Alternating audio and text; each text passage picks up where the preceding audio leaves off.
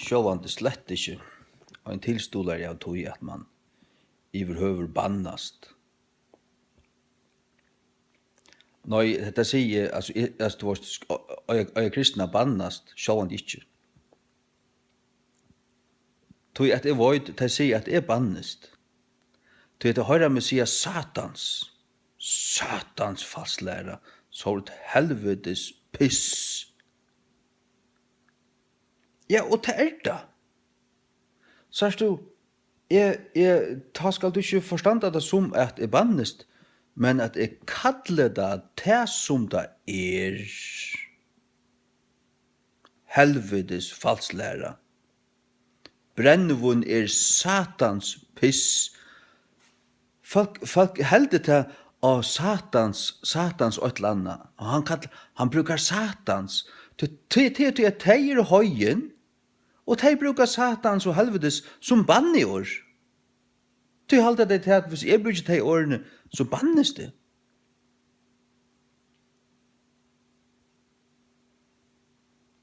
Jeg vil arbeid nå samme arbeidsplass i. Ja, om 2 måneder var det 14 år. Nei, 13 år. 13 år. Og spyr mine arbeidsfellover om jeg en som bannes til dagligt, eller spyr det som kjenner meg, om jeg sier helvetes og satans til dagligt. Slett ikke. Slett ikke. Jeg skal ikke si at det ikke kommer fyr i øynene for min liv, og øynene for han blir rævlig ytler, ta seg han. Jeg er ikke fullkommen, jeg sier ikke at jeg ångar du bannest, men hvis du hører med i en innslag, eller du leser akkurat som jeg skriver, og du sier du sagt satans og helvetes og ditten og datten, så det ikke støtt i bannest. Jeg konstaterer hva ting jo. Helvete til? Ja, det Er Satan til? Ja, han Og da jeg sier at det satans til og til, så det av Satan, han øyda. Hvis jeg sier at det helvetes til og til, så det kommet opp ur helvete, og helvete øyda. Og jeg konstaterer hva det for jeg sier sannlagan om det, for at gjerra tog skeia, for at gjerra tog skått, for at sjåta etter tog, for at gjerra tog för att bli en bomb efter det, för att spränga det till helvetes, kan du säga. Problemet att det heter inte ta illa någon ägg. Bibeln säger atter och atter att heter det illa och älskar det goa. Och kommer du till att ta du vidgärst och talar om rävlig ting, så tåsar du ikke mjukt. Så brukar du rævlig år om det, for at til skrekk og advarsel, som man sier. Gro og skrekk, som denne sier. Og helvetes og djevelsens brukte Jesus til, brukte apostlene til. Les Matteus 23, Jesus sier, vi fariseerne, til røyser rundt et land og skjekve, for at vinne en proselytt, og ta det her var gjørst han, gjør at det ur honom tvøyfalt større helvetes badni enn det der sjálfur. Han sier her, vi tar var nokkur helvetes badn, og tar lærersvannene tar vunnet seg, var tvøyfalt helvetes badn. Gat bannaist Jesus? Når han sier sannløykan om det. Han sier sannløykan om det. Og såleis møgn jeg til at jeg sier helvetes, at jeg sier at det helvetes. Jeg bannest ikke da. Og som jeg sier der, Johanne, jeg bannest overhøver ikke til dagligt. Slett ikke. Men det ikke her vi sagt at jeg ångan til heve. Jeg minns ikke når banna sust.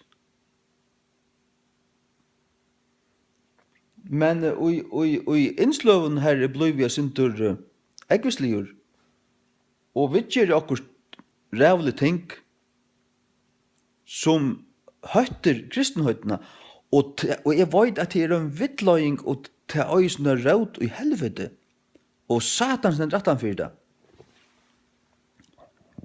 Så fyrer ikke fyrir at sier satans og helvetes under 4, 5, 6, 7, 8, 9, 12 fyrir. Og en som ikke forstand på oss tingene, han held til rævdas når banner i sitt land. Det tog at folk tror ikke at helvete til, det tror ikke at satan til, det heldet til at helvete og satan er tvei banneår.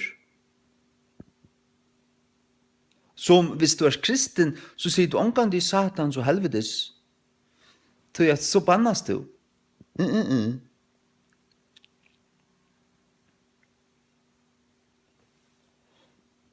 Nå, jeg har skrivet, jeg har finnet spurningar fra Norge-portalen, fra Tausportalen, og anker de akkurat lagt ut av syna til kringvarpen. Og her, så skriver de under til oss vimersingar til grønna som da. Og ja, blir spurt om sodomi og brennevån og porno og ditten datten, så kallir det nekka helvetes piss. Nekka helvetes likner som de som fylgja tog, de færre og i øynelån i høyte hole helvete. Altså, men jeg bruker ikke så størst mal, tog de elsker folk ikke. Tog at hvis jeg her tog seg som en blompa over babse, et eller annet gau tid, et eller annet piss, så nytter det ikke et lort. Det er ikke nytta en lort. Det skal nytta. Og det skal ruske i falske. Og det skal forstanda det. At det alltid alvor til alvara ut i høyla.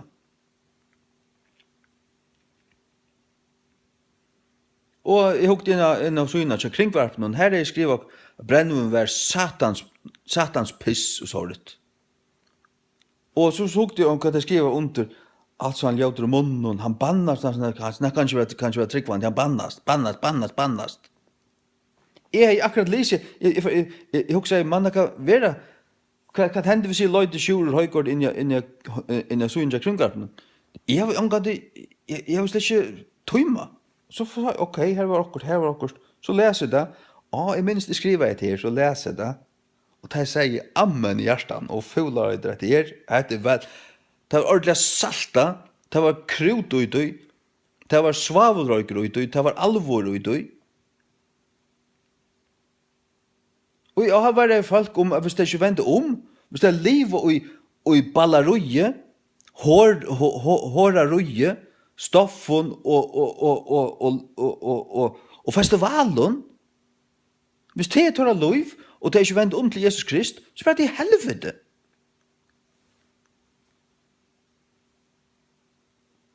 Og her kattler jeg nekka ferier, du spurte noe, hva heldt du om hatt, hva heldt du om porn, hva heldt du om brennevån, er det sint der å være fotlet?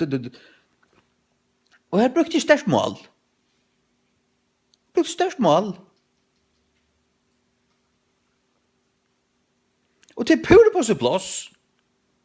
Og da jeg leste det, altså, det sier bare et runkende ammen i min hjerte. Men de som ikke høyrer, de skriver bare testen, her kan ikke være tryggvann, han bannast. Jeg leser alle grøynene og jøkkene, og Arne leser vimersingene her. Bannast det i grønnen, ikke øynafer. Ikke øynafer. Sjått om sier helvetes 5 ferir, og satans 8 ferir. Så har du til å være ikke i banning, jeg sier det. Til å være i konstatering. Konstatering om at noen ting var satans, om at noen ting var helvetes, at de var altså av helvete, at Satan stod at han for det her, og så videre. Kan man ikke si at det? Det bannast? Nei, det remaste kærløyge. Og så suttja til at man vil bare spotta over, og hesten her ikke nekv innafyrir, skriver anker. Hesten her ikke nekv innafyrir. Jo, jeg har nekv innafyrir. Jeg har nekv innafyrir. Fyrir det kan, om du skal si det sjálfur, jeg har rettelig nekv innafyrir. Så jeg har sagt til min egnu verju, jeg har nekv innafyrir.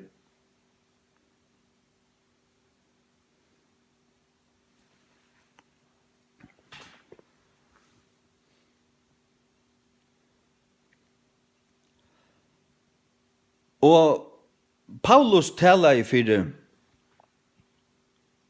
en landsovasta, og så var det en gandakaller her, som het Elimas, som stod Paulus i møte, og ville snikva landsovastan borste fra trunnet, til det var omreppig at han får vende om, landsovastan som Paulus pratika i fyrir. Og han kom her, og i middelen har han gandakaller snir. Han har gjort gand fyrir kongesåret. Hva sier Paulus? Vil du ikke gjevast at rondja Guds røtte veier, tutt helvedesbaden? Tutt helvedesbaden?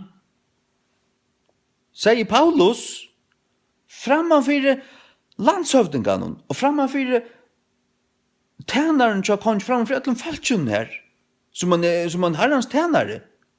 Kalla i en mann for et helvede, sikkert poika etter honom. Og hva gjør det? Han gjør det han blindan enn ta. Han var signa han ikke. Han klappa han ikke.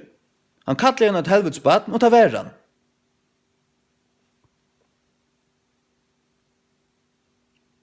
Særlig hvis han ikke var et helvedesbaden, men Paulus sier bare til et helvedesbaden. Så er Paulus feila. Paulus feila ikke til han kallar Elimas for et helvedesbaden til det verran.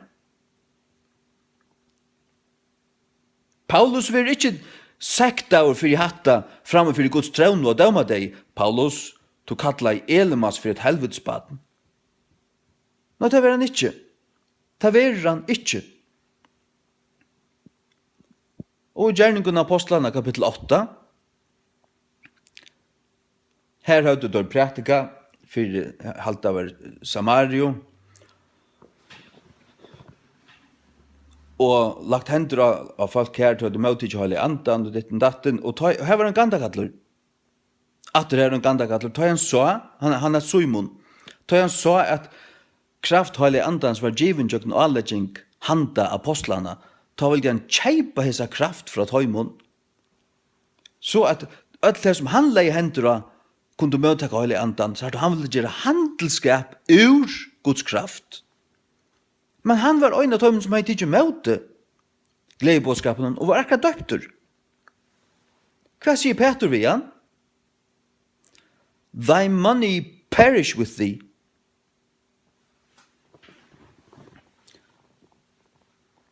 Ja. Peninger tog gledes ved her. Hva sier han ikke øyne til djevelsens baden? Jeg halte bestemt. Det er ikke et døy.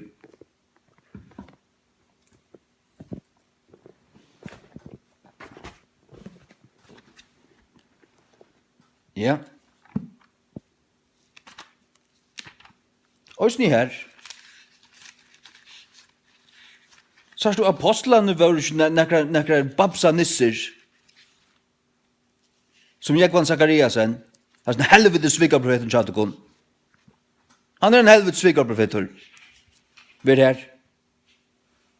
Han er en helvetes svikarprofeter, Jekvann Zakariasen.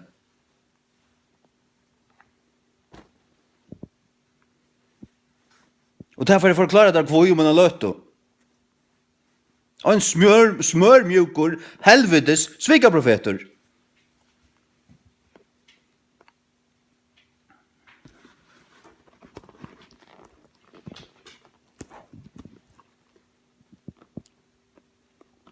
Apostlasøvan, eller gjerningar apostlana kapittel 8.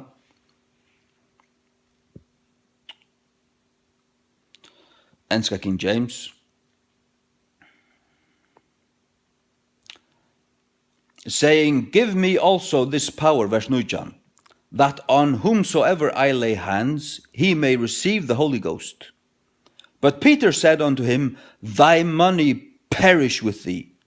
Peningur tuin glætist vitt her. Hva mest det? Så at det kjeipa Guds gave for pengar, må tunne pengar glætast saman vitt her. Det vil si, glætist tu og glætist tunne pengar. Hva mest det? Ja, det sier han ikke, men det mest fer til helvetes vidt tunne pengun. Det hva det mest.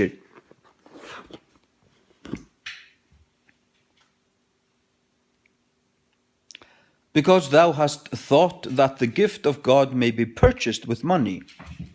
Thou hast neither part nor lot in this matter, for thy heart is not right in the sight of God. Ja. Så du tar vår søren dans som ikke nekker blomba i babsar. Apostlaner. Og la meg lese også Nehemia 13. Nehemia, kapittel 13.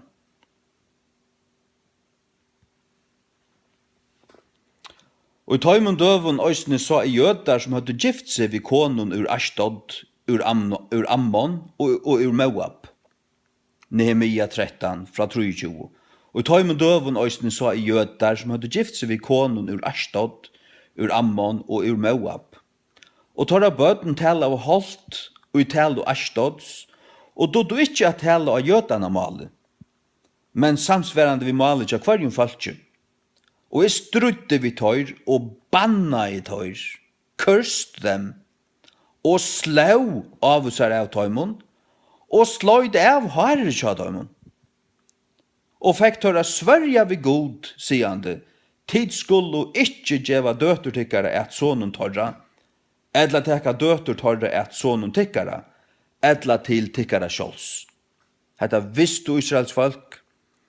Nehemia var utvalder av gode, men de var her i Babylon. God sendte han atter til Jerusalem, og han fikk menn rundt om seg, og bygde opp atter murar Jerusalems. Nehemia var undangången med, han var utvalder til det.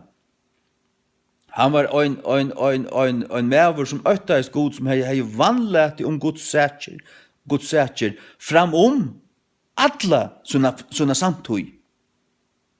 Og ta i så falt ikke kommer atter, så brenner han iver i vannlete. Og han banna der for at hava finnes seg fremmende koner, tar av bøtten, var ikke rett og gjødder langer. Så Herren har sagt at de skulle ikke blanda seg ved høytningene, så gavs det å være hans folk som har et høyt hjerte, som fyllte honom høyt. Så får de gløyme Herren det vårt, og derfor er fyllt av god noen, og så fremmede koner for å tøle hjørstene til mannen til at tjene av goden, og det hendte. Og her er det bøtt som ikke då er gjort av mal, og han brenner iver i vannlete, akkurat som Jesus, da han kom inn i tempelet, han sa at han hadde gjort tempelet til et handelskapshus. Han gjør det seg en pusk, og han puskar det som pusken, og koppa i bårene, og rektar ut ur tempelen. Vi som pushen nun, det var det som har gjort seg pushen til. Hva han så brukt pushen til? Han er pusket der. Hvordan han riket der? Han vil gjellet dem og riket der ut eggesligene.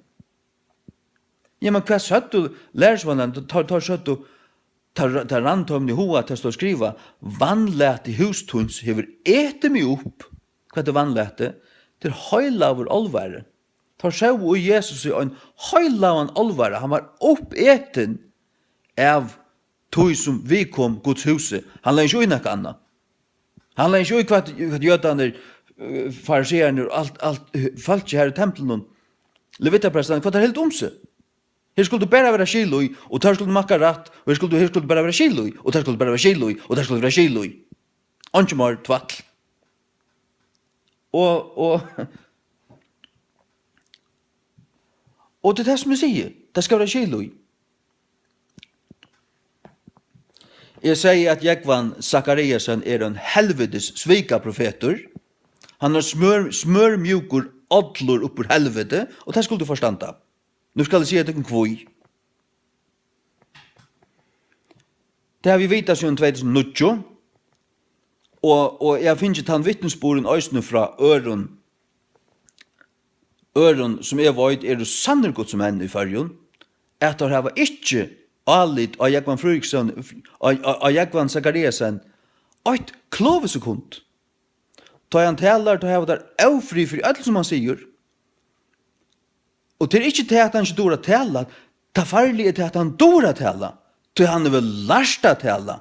Han vil ikke skola, han vet akkurat hva han skal si. Og han sier, at det var en veldig tale. Det var så godt. Men det er de tingene som han nokter å si. Han nokter å ta oppbehagelige støver og si kontant ting som gjør han upopulær. Han nokter å flagga rundt flagg, så det kostar honom nekka som helst.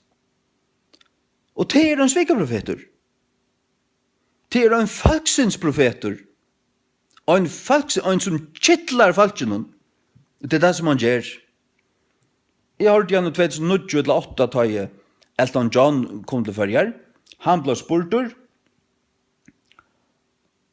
Og han ble spurt om han fører konsert til Elton John. Elton John er en sjálv iverlustur sodomittur. Og hva sier Jekvan Sakariasen? Ja, han var ikke så gammaldags og fordømande. Nei, det var ikke så løsner. God var en elskande god og alt det her. Så de fører, og så hadde uttalelse kom over alle førjar og i allmenn fjellmiljon. Og Jekvan Sakariasen er akkurat som en bispor innenfor frukirke og økje. Det er nekve karismatikere som ikke opp til han. Det er nekve innenfor baptistene som ikke opp til han. Det er hans røter gang gatter her til. Så det er ikke opp til han. Men jeg har ikke hukket opp til han siden 2009. Jeg har i mine hjertekorten en reie strik og jøkken hans navn. Han kan vende til en helvetes svikarprofeter han er. Han løyer førja folk ut av brøya ved og til helvetes. Vi er blampere babsarød. Og babsa eier. At det er alt kavhøytnar develrendar lauter. Han er svikarprofeter. Så ble han øysten spurt hva han helt om festivalerna. Hva er det helt om festivalerna? Og nei, det var det samme her. Det samme her. Nei, ikke ringt om seg festivalerna. Nei, han kunne jo østen fære sjálfur. Og så ser man okkur brått fra som festivalen, her som det standa nastan og tilbya med okkur kavhøy satanist uppur helvete dri lorst, stendur spelur på paddelen her, allar hendur blott til nastan tilbya og synsja ljauta sanger. Man sa okkur sjøvnappen her som de sung onkran førskan sang, onkran fulan bortan sang, og så filma det iver alla fjöldena og 15 kvart folk var tryggvande. Og det var vi og isnir, det lottauk og isnir oppur helvete drina lorsten. Og hver driger de her? Hver bana de en ve her til? Jekvan oppur helvete drina svikaprofetor Sakariasen. Han har hållit det inn her. Han kan ikke vente seg om. Han er en helvete svikaprofetor. Det er hva han er. Og jeg er ikke bannast øynafer i sin innslanden her. Ikke øynafer.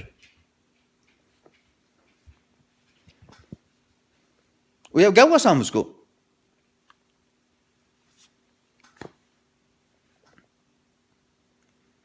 Men som i Guds navn som standa fram, hatt tar som geng i andanon, men tar geng i falseme og likva, tar geng i andanon, og i falseme og tar likva.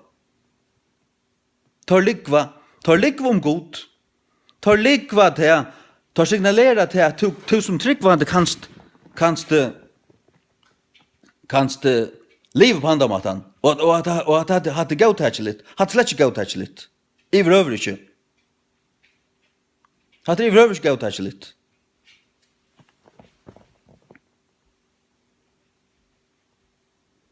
Nei. Hadde svika profeter, som sier seg tala for god, men loja folk ikke ut i synd, og sier seg stadvek være Guds menn.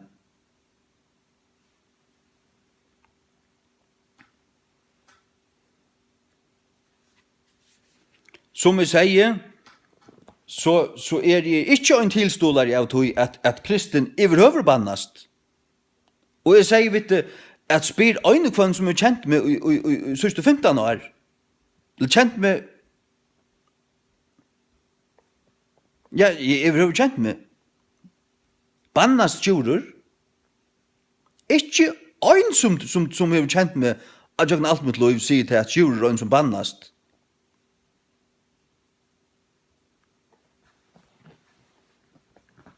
Men da jeg tar i tås om ting, så sier jeg sannleggen om deg, akkurat som han er. Og da måste du bare takke deg av.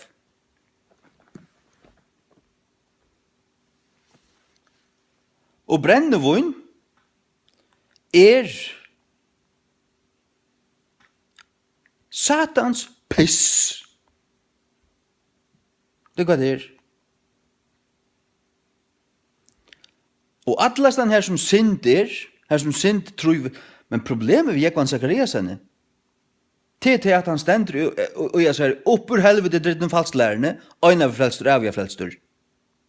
Du skal bare komme til trygg, du skal være døptur, du skal høre et eller annet møgnighet, og du skal bare genge her, så vel statvitt der. Det lukker meg ikke hva du sier, hva du stolar, det er hva du gjerst.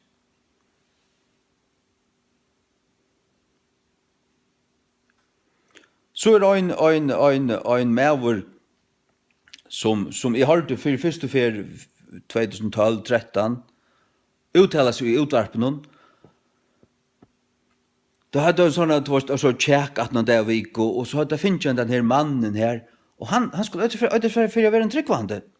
At uttala seg vegna til kristne. Og jeg sier bare, mitt hjärsta sier bare, hesten uttaler seg ikke vegna meg, og så lengt verre forbrenter enn så, hesten uttaler seg vegna satans rydde, 100%. Men vi er en sånn masko. Ja, men han ble kattlet av kristen, og han var, hvor er møgnjøyt? Møgnjøyten kjør Jekvann Zachariasen. Og så hørte de fra omkron at han er en av eldste brødrene her, han taler her i Høylund. Og han uttaler seg atterkvalt i utarpenen, og et landa, om vel i Amerika. Og han var bare sjokkeret over at Trump kom til. Han var en tilstoler av Hillary. Det sier mer nok. Men over den kavflunkande i høyen, tvørsturjøgn og satansbad. Hva han øyde, det var ikke annars, for de ikke ser av det en gang. Men en sånn smuiler, det var ikke. En tjekkaskorstor. Ja, som jeg sier, en helvete svikarprofeter. Helvete svikarprofeter. Det måste du ikke si, jo, det må jeg si.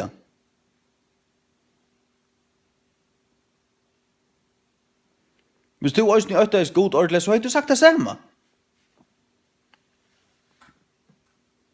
Så har du sagt det samme. Ja.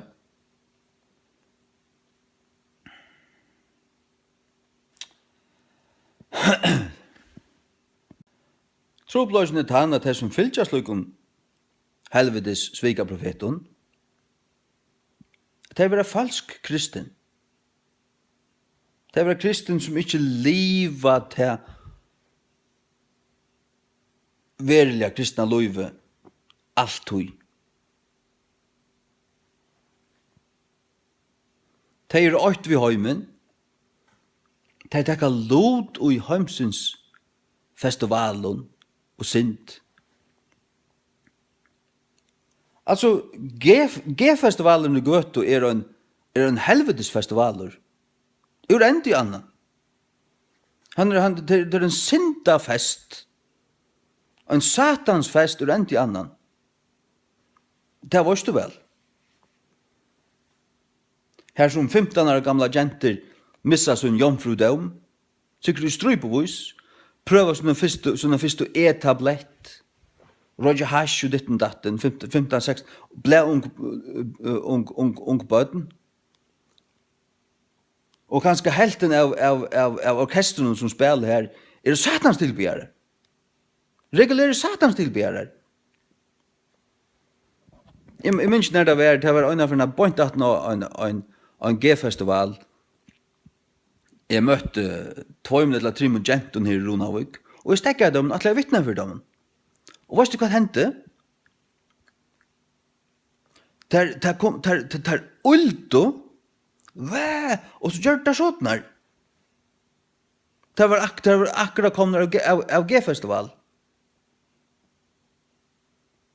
Det var en reaksjon til at høyre Jesu navn nevnt.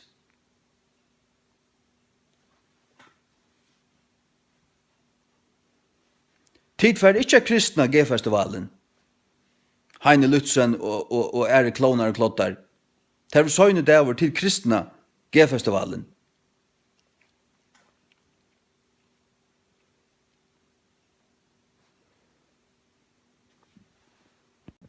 Vanden i det at folk ikke langer spyr Guds år til oss, men det helder panelfunder, og det lyder av serfrøyngar, og det hever noen idoler, noen favoritter, anker som folk hegger opp til. Bispor, Jekvan Zakariasen, Jekvan Zakariasen må gjøre en bøk ut om året. Ja. Han må gjøre en bøk ut om året. Det varst, og så er det av disse spurningar oppe, som må ta nei, det må ikke være anker avkjenter, det skal være tøyr. Og så via det som nekt til at det er han personer enn det varst da. Hvis jeg har lintene fra Jekvan Zakariasen tås her, jeg slett ikke. Det er angar respekt for noen. Jeg har angar respekt for en mann som drever farja folk, eller som signalerer til for farja folk at han vil ikke møte sodomie. Jeg har angar respekt for en sånn mann. Og en såkallet hyre som signalerer til for ødelen farja folk at han ikke møter kavhøytene, sataniske festen, som spittla ungdommen og dolka alt farja folk, at han ikke vil møte tog. Og en ta hala til kristne, og han sier at han fyrt til det. Hva fyrt han til det til? Hei, Paulus og Peter hadde tar ferie av G-festival, fyrir affære av festival, fyrir å være her, fyrir å lottak og utøy, det hadde ikke kjørst. Da hadde du bare affære fyrir å prætika, og vinna og bjarga salen. Er det tog Jekvan Zakariasen fyrir festivalen? Det er det ikke. Han fyrir av festivalen fyrir å njauta det. Det tog er en satanist og et helvedesbad når man holds. Han er tvøyfalt helvedesbad. Det er idoler, Jekvan Zakariasen, og på helvede drien svikaprofeter hva han er. Det er ikke hva det halde om. Så vet jeg hva det er halte. Så vet jeg hva det er halte.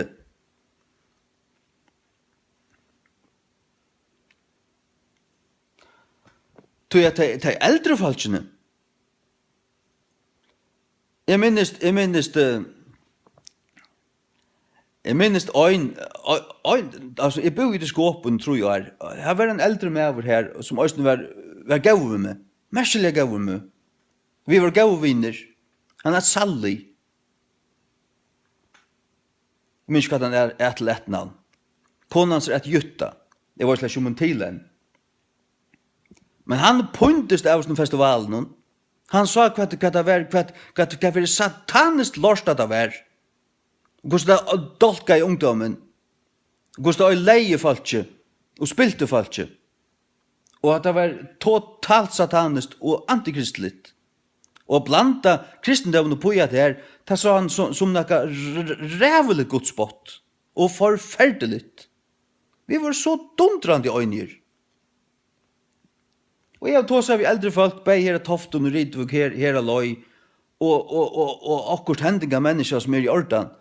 Og det så fløytande i øynene ved meg, at det noe rævelig satanist piss oppå helvete, alt som det Og vi gjør ikke kristendommen og nekra tjenest og blant okken vi at det her på nekra måte. Altså, alluika fæut vi at det her. Vi feirer ikke vi tøymon. Vi tar ikke feira vi tøymon.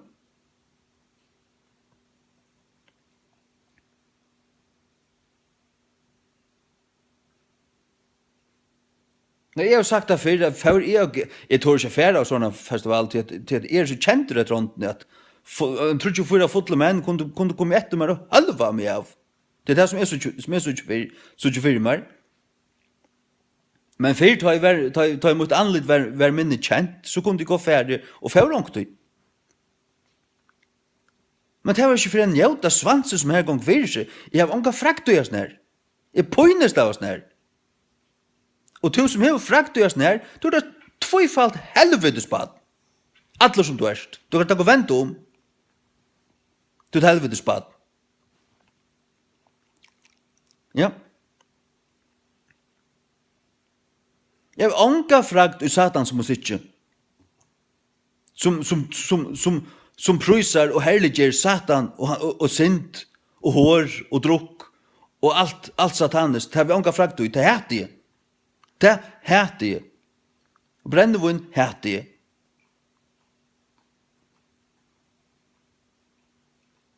Det heter jeg. Og da er du også nye hette. Da varst du vel av. Du varst vel av du. Ikke?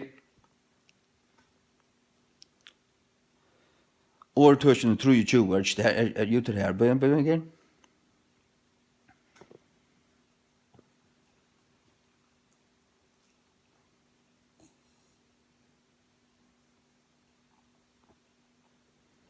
År 2023 fra 31. Hikk, ikkje to og på vojne ta til rett. Ta i ta djevusen lit og steipen hun. Ta i ta flyter seg og rattan hot. Flyter seg og rattan hot. At enda nun bøyter det som en høggormur. Hvor er det? Hva er en høggormur? Det er en slanka. Hvor er slankan? Jeg tar omgang du nekar annar enn Satan. At enda nun bøyter det som en høggormur og stinker som en øyterormur. Tunn i eier skol og eggløya fremmandar kvinnor og til hjärsta skal framsia spilting. Ja, du skal være som han og leggs nyer i myen hevunnen, edla som han og ligger oppi av toppen av mastor. Tar jeg var slie med, skal du sia, og jeg var ikkje sjukur. Tar jeg var barst med, og jeg merste det ikkje. Når skal jeg vakna? Jeg vil søkja til enda en affær. Brennevun er helvetes, satans, piss! Det kan stå holdt seg øynekvøren at Sjur Høygaard har sagt. Det kan allar färger spela och så där flöjtar tror jag. Det kan ödlvi, det kan skriva att vi stauren bokstaven kvar munna mynd av forsøyna av ödlum bløvnen i morgen og skriva Sjur sier brennevin nokka satans piss. Og tar vi ikke bannast, ta sier hva brennevin er. Jeg sier brennevin er piss ur en person som heter Satan. Han er til. Han er en fattelen angel. Brennevin, stersk drikkur, svirrande vin, er Satans piss. Du vet det. Du kan bara ta støyta den ned til helvetes på en veien, og han kan det neste at det løyven.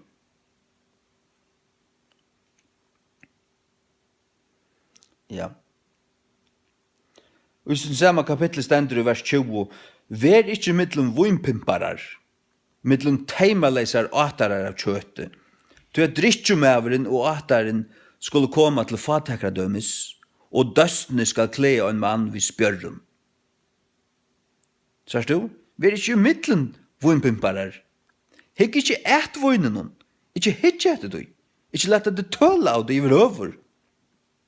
Tog jeg ta bøyder til sust, som en slanka. Og det er Satan som er ute som bøyder det.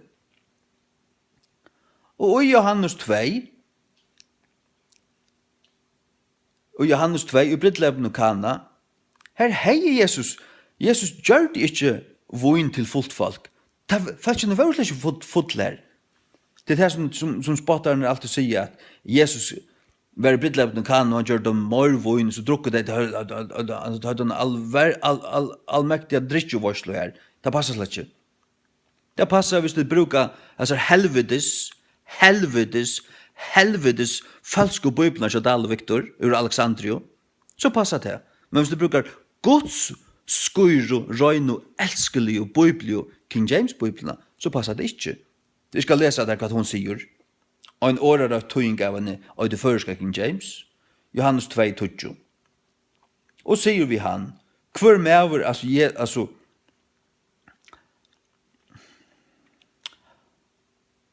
Vorsluløyeren sier vi vorslustjøren. Sier vi han, hver mever at byrja vi setter fram godt voin, og ta i menn hava veldrutje. Ta det som er verre. Men to hever gømt ha gaua voin inntil nu, da har du drutje vel. Drutje vel, drutje kvæt, drutje vel og vilja, drutje nok. Voin, kvæt er voin? Studera voin etter jødskon skilninge, det var slett ikke fermentera.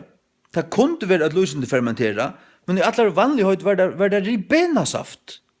Og i sånne køykon som det hongte opp og i kjattlaren og en kalden hjørne, og her hekta opp i loften, så tog det etter nyer, og blanda det i vatten, akkurat som vi takka ribenasaft ur kølskapen, og ta rørde det i vattnet, og ta kallar det voin, til voin merker voindru og saft.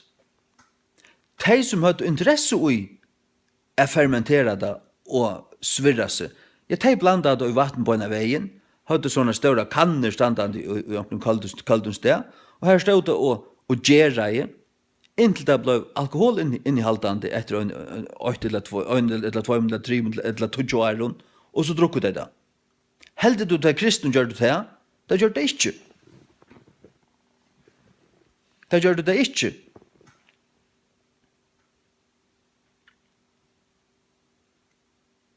Elskar du folk, vil du løye folk i rattan ved, så avværer du og i møte alvorlige ting som Satan stender at han fyrer, og du kallar det som det er. Hvor gjør du det?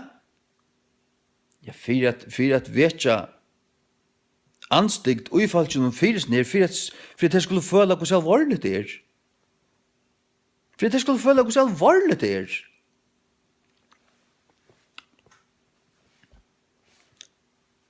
Det minns det fra at jeg var løytil at da man var halvt løytil, så måtte jeg ikke være om man fjøren ansomadler.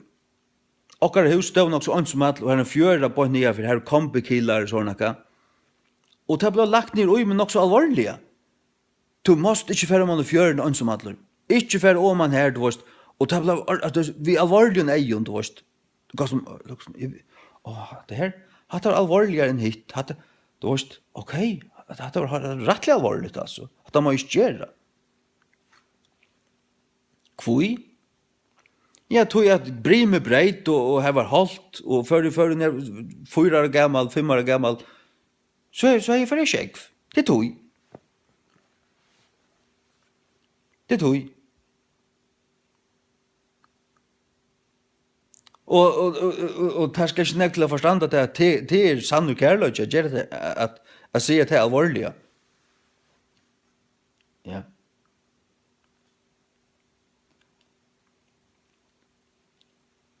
Nej, jag ska säga där till att jag har sagt sådana ting och kalla falsklärare för helvets falsklärare och tar sviga profeterna som standa och som är primus motorer och tar man falsklärare och falska rörslen och vanten innanför kristenheten och som vill hårt och det var hårt. Ja, att de falske någon. Och allt falske stav, damer det ikke han. Damer det ikke han, men damer slett ikke. Men damer han overhøver ikke. Men damer slett ikke, jeg kan Zachariasen. Altså, jeg har sagt det han helvetes svigerprofeter. Og ta jeg så høyre til fra omkron enda tvøymon, som er og i æravvis har ordentlig lite, ja, forholdsvis og i munn til alt hit, og vi kommer til å si akkurat det samme. Nei. Han la i fall ikke for kjerstan ved. Han har smørmjukur åtlur, han har en djekkaskorstur. Ja, ta han falskur. Ta spel du komedium, men da bor nok anna atanfyrir. Tu arbeid for tun egna frema, tun egna tokka, mittlumfaltje, det er det du arbeid for. Ta. Tu skal være stor, tu skal være velsatt og veldomtur. Det tror jeg sier, vet du kun, at det er ikke det som jeg har arbeidt for. Jeg er så slett ikke veldomtur. Jeg er så slett ikke vel lutter. For det som jeg har gjort, synes du, nå gjørende, så jeg fikk man hjemme syna. Jeg er ikke begynner å komme inn i lintene, jeg er ikke begynner å komme i R2, eller R6. Jeg er ikke begynner å komme inn i nekka kyrkje, jo, øyne, nå tvær, ja, jo, kedes ble bjøver til, øyne fyr. Ja. Men det er ikke det som jeg arbeider for. Du gavast, hvis det var innstillningen fra utgangspunkten av nu måste du spela till snilt, alltså. Nu måste du bära det rätt ät. Nu måste du vara sniltur. Så står ytla till. Att man slett inte vara sniltur. På andra mått. Alltså snifuntur. Slett inte snifuntur, nej. Jeg gjør meg avmerk. Jeg sier sannløyken. Jeg gjør meg avmerk. At det ikke skal misforstandast. Akkurat hva du mener. Akkurat hva er stande. Det skal ikke misforstandast. For jeg skulle vite akkurat hva er stande. Ja. Boja. Tog at...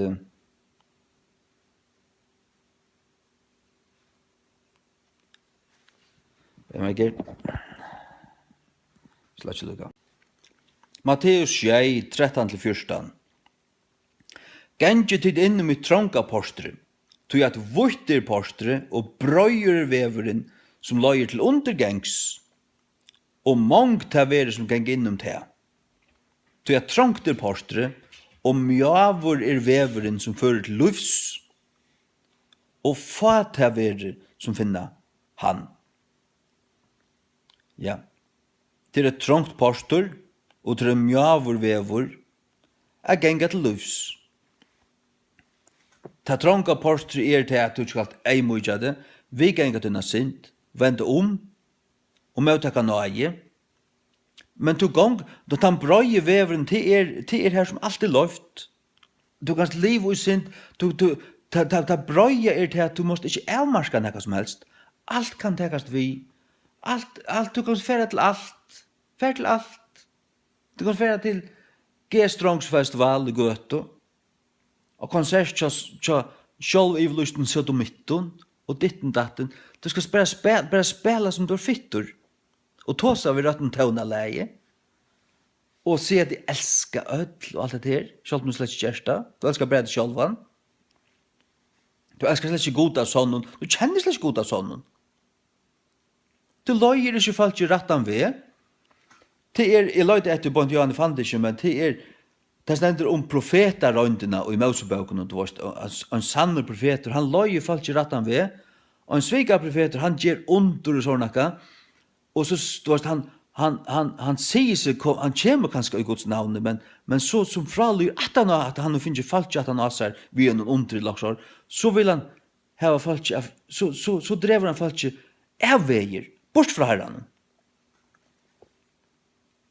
Og det det her som galtande.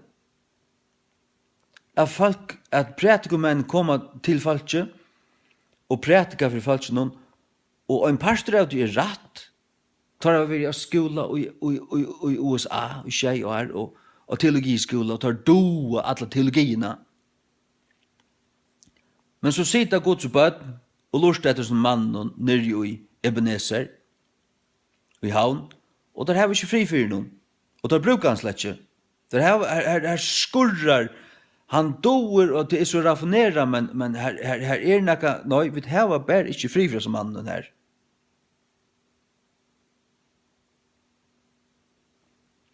Ja, og jeg ber dem samme vittnesbord. Jeg sitter i asyllinjene, og jeg ber dem samme vittnesbord. Jeg har ikke fri for en slik mann.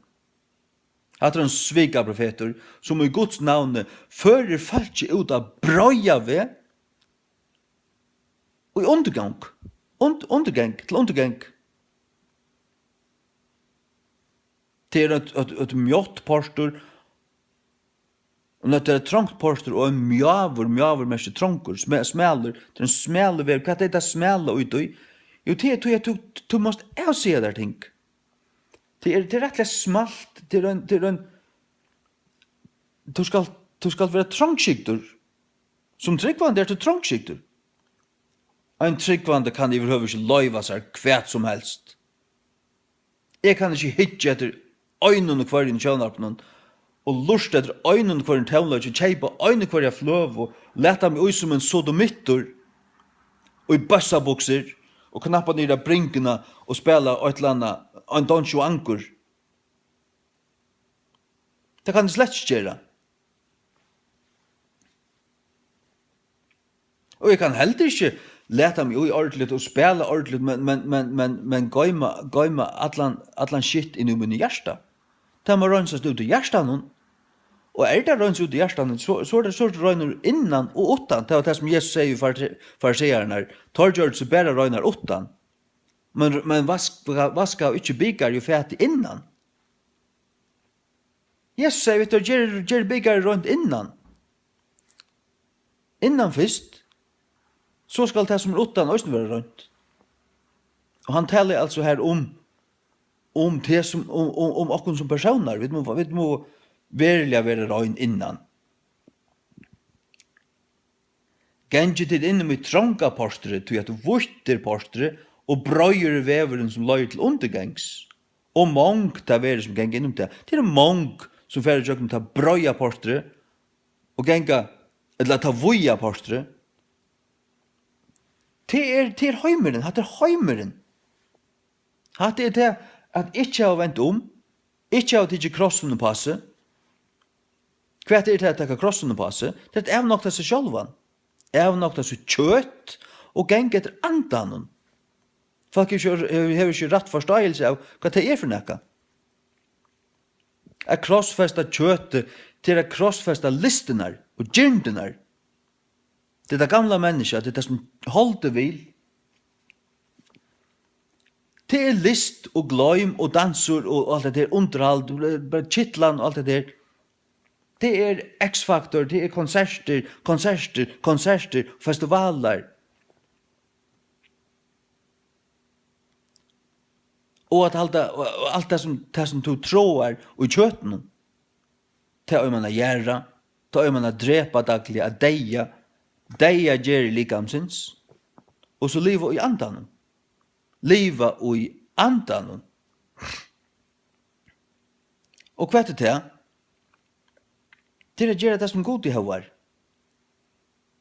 Det er å liva så som god vil. allt som han har tokk i, at du søker til, at du stunder etter tog, at du følger etter tog, gonger etter tog, og teker det inn, og leter det fylla ditt liv. Og alt det som God ikke har.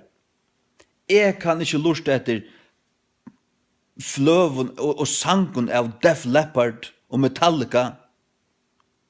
Og hva var det? Scorpion. Jeg åtte slugga fløver til jeg var blæ ungur. Helt ikke jeg langsamt brentar. Brentar i 94. Jeg fylte 2 fotlar skrellepåsar. Og det var skrell. Jeg har kjøpt øyne slugga fløver at det var skøyklaver, 6 år. Men hun har også vært en skrell.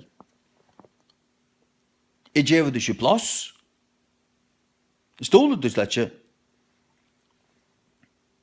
Og sitter jeg i en samleie, eller sånn her, og i en flotje her som slug ting var omtale og alt det der, så lurer jeg å be inn i meg, Herren gjør meg et innpass til å sige og til å sette tingene skakmat og til at gjør dem hjertemassasje. Skjelkese folkene sin tur. Særlig hvis det sier seg være tryggvande, og kanskje det tryggvande, men det bonden av sånn her, liv og sånn her, festivaler og sataniskon rockbalkon og elskat det, så lurer jeg etter hvordan kan det gjøre dem Guds ljøs i det her, at det kan man slett ikke. Det kan ikke ha fragt og tog som satans som Guds bad. Det må stå heta.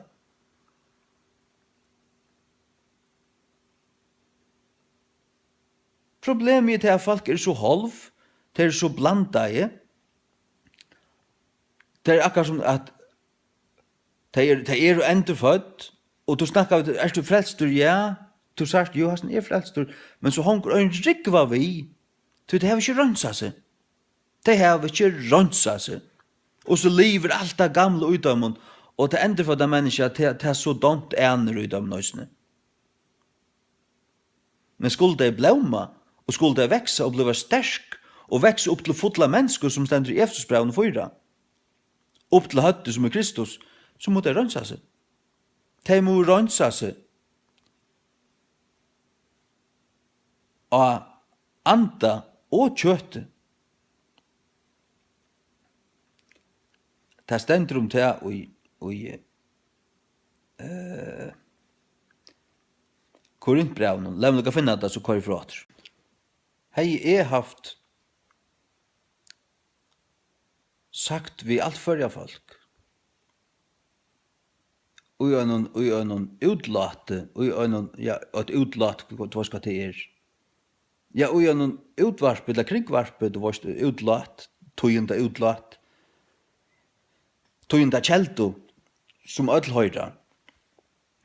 Hei som en Guds, såkalla av Guds medover haft, signalera til at jeg sier ikke at året møter sodomie, det er syndene som God øyde Sodom og Gomorra fyre, og det er syndene som benkar mest oppå, og i sånn landen, akkurat tøyen benkar på, og i tøyene som hvis jeg er en prominentur framstandande, medover innenfor kristenhøytene, og en rød som ødel hørte, hvis jeg så spent i den veien, og lett oppfyrt du, og sier ikke avværende år, så er jeg vært en opp ur helvete dreien svika profeter og tvøyfalt helvetes baden.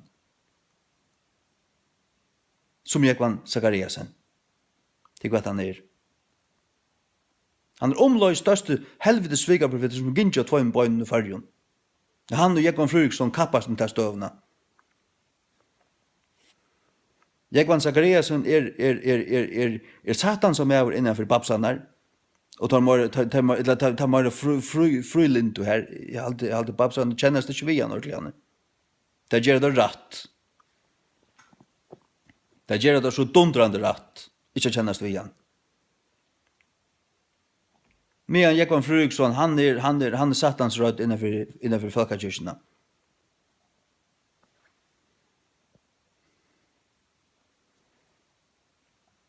Han røyner at dreie land nu. For en år siden røyner han at dreie land til vårt. Men det var slett ikke hver hans lenter. Ta det atter, Han tar gera det som løser best for tar egna gagn, for tar egna navn, tar egna frema. Der har vi ikke øyna fasta støv, ja, men Guds år er grått om at her, ja, men jeg vet at her, og her stand jeg. Nei. Kvoi? Ja, men tar elsker ikke Guds år. Der har man gått øtta for det gode. Tar vet ikke det at lykka som god dømte Sodom og Gomorra, at det ble sett som en avværing og et fyredømme, for de som i 17. tøyene skulle leva av godlige. Det sier Peter, det sier Judas. God dømte Sodom og Gomorra og gjør det et eksempel ur dem. Det har vi ofta lyst for det om. Hatt det?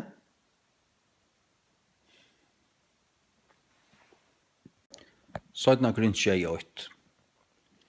Hevande testvegna hesar 48-aner, karliga elskavo, letum okkun rønsa okkun sjálvar fra allar i eurønsko, kjøtsins og anda, fullkomnande høylaløyga og i øtta gods. Jeg vil lese det øyne fra 3. Hevande testvegna hesar 48-aner, 48-aner kvæt, evet liv, Jesu atterkom, at vi skulle arva himmelen, at vi skulle arva Guds rydje, kongadømme Guds. Vi skulle råa ved Kristi av hjørne, og så gengen i avløyga. Og dørdarliga med, omkant til dødja, karlig elskavu, let om okkur rønsa okkur sjálvar fra allar i eurønsku kjøtsins, og anda, fullkomnande høyla av løyga, perfecting holiness in the fear of God. Ja. Ja, men ta vi der enda for, ta anden er enda for at han er høyla, men ikke skal hversi frasiast, avnoktast, eller dolkast, hversi okra sal, eller okra kjøt man kan ikke dominere okkur som kristen. Hva sier Paulus? Han sier at han kua i likamsut, eller kjøtsut, dagliga. For det er ikke han som er prætika for i øren, skulle være rigen attur. Vrekaur. Hvis han selv kjøt røys opp attur, det som han hei gjerra og avsagt og lagt av, hvis det livna opp attur, og tog iverhånd, hvis han fra liv i kjøten, så er han vært vrekaur. Og det er kamperen til øynene kvar en sånn godsmanne og sånn godsbattene. Det er at den gamle naturen ikke skal komme frem etter. Ikke skal komme frem etter. Ja. Så skal jeg også lese Galaterbrev 5.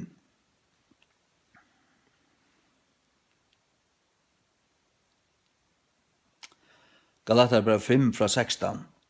Hetta sier ta, genju i andanon, og til skulle ikke fullføre gjernd kjøtsins. Genju i andanon, og til skulle ikke fullføre gjernd kjøtsins. Du skal ikke fullførast. Hvordan fullførast? Livast ut. Du skal ikke fullføre gjernd kjøtsins. Kjøttet gjerne snakka. Jeg har hørt sagt at det er akkurat som at ta det enderfødder, ta det akkurat som tvær, det er Bibelen sier det, men man brukar ta mynden at det er akkurat som tvær hundar ut her. Øyn er anden, øyn er kjøttet. Ta hunden som du gjør mer at eta. Ta hunden som du pleier gjør at eta kvann det. Han kommer å liva, og han kommer å dominere det. Du skal du gjøre andan til enderfødda menneskene eta, og det som kjøttet vil, du skal ikke gjøre kjøtten det som kjøttet vil. Du skal nokta kjøtten. Nei, du slipper ikke her. Slipper ikke her. Gjør ikke her. At det legger av, at det frasier meg, at det gjør ikke. Så dør det. Så tenker du kraften ur du, og det legger seg, og det dør. Og så møter du andan. Vi bøn, bibelesnei, du leser kristne bøker, lurer til gøvntaleren, og så videre. Så er det sterkere i andan, og så går du fram. Jeg har lenge siden finner meg til vennene og snett. at det fær ikke ut, altså det fær ikke vi bilen utan jeg har Guds år ved meg. Jeg har alltid gjort Nya Testamentet liggende av fortsettelsen, alltid. Og jeg har alltid noen bunter av traktaten i bagasjerommen. Og så er fører vi hunden og vi fører til Eldvøygar og funningsbåt. Brukte 2 timer her, hunden rann sammen med meg, ikke farlig ut jeg bygd, hunden kan renne hver han vil, kokopusses året. Og jeg kordet tvertraktater i kvann postkassa i Tøymbar bygden. 100 traktater til samans. Og sånn her urona og kvalitet gjørs nu. Ta jeg kan tur. Etta sier ta genju i andanon, og du skulle ikke fullføre gjerne kjøtsins. Det kjøttet gjernast mot andanon, og anden mot kjøttenon, og hes er du anstødd kvart for hinon, så at tid kunne ikke gjøre de tingene som du vil do. Nei, gong du i andan, så kanst du ikke gjøre de tingene som du vil do, for to, jo det er det gamle menneska, det er kjøttet. Nei, du slipper ikke det her, Jeg har ikke funnet på at for en G-Strongs-festival at njauta nekka som helst. Her er ikke til munnen njauta her.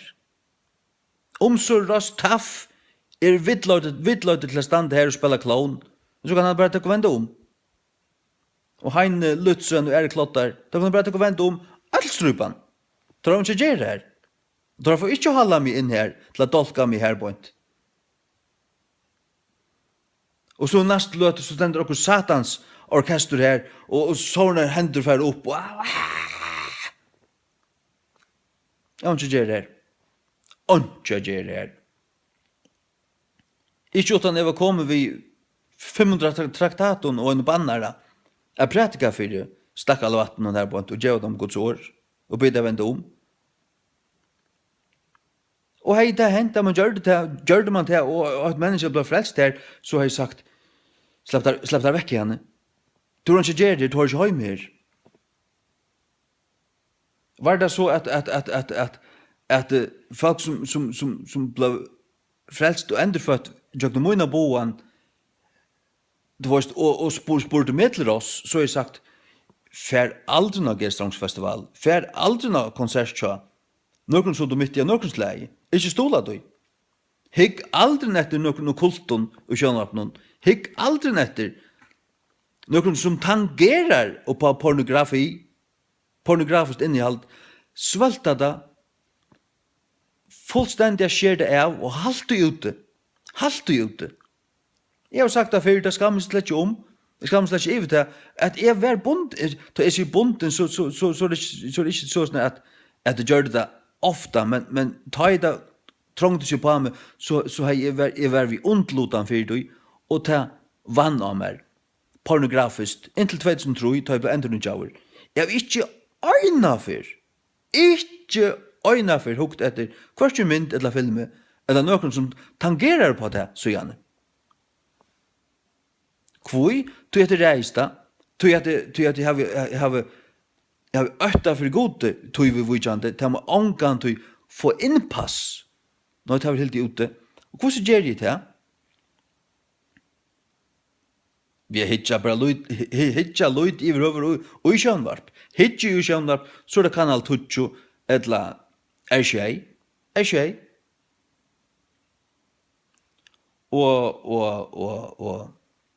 og God channel vi først, og akkurat skifte i middelen der, hvis jeg hitja. Annars så sitter jeg her ved iPaden og hitja etter.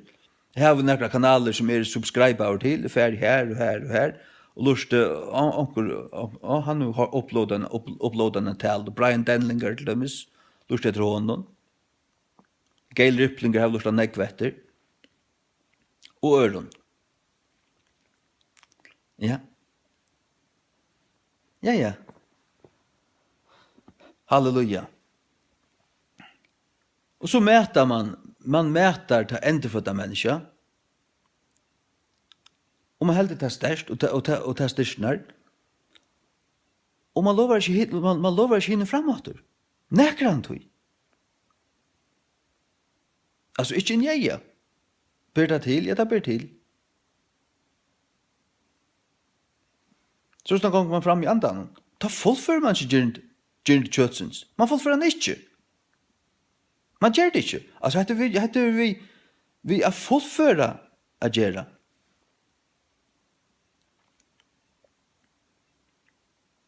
Hetta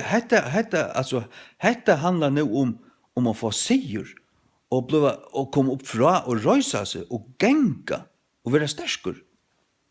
Så sånn at hvis du sier nei, så er det nei. Sier du ja, så er det ja. Og du setter Satan og hans er fallende øngler på plass, alle frøstingar, du sier hva skapet skal standa. Du er blevet sterskere i andanen. Hetta sier ta genju i andanen til skulle ikke fullføre gjerne kjøtsins. Du er kjøttet gjernast i møte andanen og anden i møte kjøttenen. Og hesi er du anstødd kvart for hinnon, så at de kunne ikke gjøre de tingene som de vil do. Men om du vil løyter av andanen, er det ikke under lovene. Nå, kjøtsins versk er du ei sund, hver er du hese, hårdommer, siløse, aurønska, kjenska, avgodadurskan, heksakunstur, hætur, sundurlinde, kapstrui, vrøye, klantur, tvoidrotter, renglærur. Øvendanner, myrer, fylskapur, snakka om vojni og annet, avlataskaper og tøylukt. Hvart du sier til framan undan, og så er også jeg har sagt til i farnære tøy, at har som gjerra slukka luter, skulle du ikke arva kongadømme gods. Her løser vi om at øyt er vrøye, men det kommer an på hva for vrøye. Hvis du er vrøyer utan grunn, så er det sint, les Matteus 5:22. Men Jesus ble vrøyer vid grunn. Han rådde i tempelet som vi løser her, eller som jeg siterer her for dere, og Johannes 2, du kan lese det. Vi er pusht og sjåvand i vrøye. Men i høyla er vrøye. Vannlete er en høyla av alvare til en av oss ekvislighet som bor ute i. Han gjør sånn en køyre, han rutta ut her. Han rutta ut her. Og det stender i King James at Jesus ble vrøyer. En av tåra vantrik og sånn. Han hukte på at vi vrøye. Og det stender i Efesusbrevene 4, 26 og 26. Be ye angry and sin not. Be ye, bliv veretid vi eddighet, bliv tid vrøyer, men synd ikke. Be ye angry, ikke, det er ikke rett som stender i Bibelen til alle Victor, til bliv vrøyer. Nei, bliv vrøyer, ver vrøyer. Sarst du eurat og eurat og hiklar roi, særlig i møgnjøtene, ver vrøyer. Ikke kua tunna vrøye. Og lett han bare komme ut, men oi tog vrøyene, så passer på ikke å synda.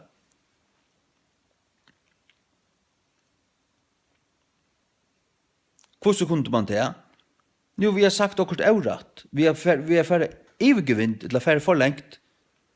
Og så at du måste komma til omater og hatt var ikke rett og for at alt skal skramla nye så der og det var når jeg lengst sen sier det her at vrøye vi grunn er ikke sint. Vrøye vi grunn er ikke sint. Men ta jeg brukte Bibelen så da alt var det sint. Du her sender årene utan grunn mangla. Her stender øyne, om du vil vrøyer vi brauertøyen, så er du sikker. King James sier, om du vil vrøyer vi brauertøyen utan grunn, så er du vanta fire. Og vanta fire. Og hvis det er utan grunn, men hva så hvis du vil vrøyer, og du vil alle rettvisa grunn, og verene til å være vrøyer, er du så vanta for røyen eller for daumen? Nei, det er du ikke. Det er slett ikke. Og jeg har erfært i disse tingene. Det var i 2006 også et eller annet at jeg var å møte ångstene og lese hva jeg fyrir seg og jeg får hjem til en av som pastor og Nej, för faktiskt här som ta hus och pastoren var här. Och jag fick ord i åan och två äldste var här också. Och jag satte där så flöjtande på plats. Och jag var rättliga försten vid där. Att ha lov av J-klaron och rockorkestron och gladje och ödlon trämanskapet in i Guds hus och dolka av Guds folk. Jag var rättliga försten vid där. Och det blev rättliga kvast åraskifte. Og jeg sier noen rettelig ramlige ting, som var lukket som av marsjen og dvorst. Men det som motiverer meg til det var ikke ønskaper. Det var ikke heter. Det var ikke til at jeg ville ta min ilt. Det var ikke til at jeg ville møgnjøten ilt. Når jeg ville møgnjøten godt. Og jeg ville ta min godt. Jeg ville at jeg skulle suttje at det ytla som jeg har gjort innpass i møgnjøtene og rodda til borster. Det visste godt. Jeg snakker vi godt om det her. God, to varst hvor jeg får her. Det brent i min hjärsta. Det var et vannlete som røys og drøyv meg til det. Det var godsøte som drøyv meg til det. Og kærløyge til feltje. Kærløyge, har du hva sier? Sannur kærløyge. Som gjør det til òsni at jeg gav meg sjálvan. Altså, jeg leier meg sjálvan on the line, som man sier. Gav mitt navn, min person, man vil kalla det svekker ta man gjør så året. Men jeg var ikke svekker. Jeg var bare fullt vannlete. Det som så hendte, jeg fortalte det før, men det som så hendte, det var at Satan leip av meg. Det var Arne ordentlig begynte å bruke King James. Jeg brukte Bibelen til det alt vårt. Her stod det øyne hver vrøyer, eller hver du vrøyer i brauertøyen, så er du sikker. Jeg vil lese det for deg. Det gauast. Jeg åpner Bibelen til det alt. Jeg åpner henne, og hun åpner bort nyra her. Matteus 5. Sånn er det til Herren vi. Han er vi, jeg vet han vi. Jeg vet han vel han vi. Matteus 5, 22. Pjus jeg ble øyne blessu. Men jeg sier til at hver og vrøyeren av brauersøyn skal være sikker for daumen. Og to gauaste. To allmektig god. At det fløytande satanisk skräpa upp ur Alexandrio som Satan kan skojna sig vid när de höjta hula helvete Bibeln tjadal. Det kan du si om kvart du vill. Läs en tjökat helter. Läs en tjökat helter. Det flöjt jag att helter. Det flöjt jag att helter. Börja, inte komma. Hunden helter det att det är onkel vant i affär. Han helter han må komma att åka med ett land. Nu läser vi King James, Matteus 5:22 i engelska King James, the point. But I say unto you that whosoever is angry with his brother without a cause shall be in danger of the judgment. Men jeg sier det ikke hver som helst og vrøyer i brauersøyn utan grunn skal være i vanda for det. Er du vrøyer utan grunn, så er det et så alvorlig ting at du er i vanda for det, daumen. Men hvordan så hvis du er vrøyer i brauersøyn og du har alla grunn til det, så er det ikke en gang i vanda for det. Du er ikke en gang nær namet daumen. Men i Bibelen tjadal er du vrøyer i brauersøyn, så er du sikker. Helvetes piss. Her banna jeg heldur ikke. Du skal lære deg forstanda at lusta det mer, så sier jeg at nekka er helvetes piss, så skal du forstanda til at jeg sier det hadde opp helvete, og hadde piss kom mest til till något satanslikt. Och det är vad det är. Satanslikt.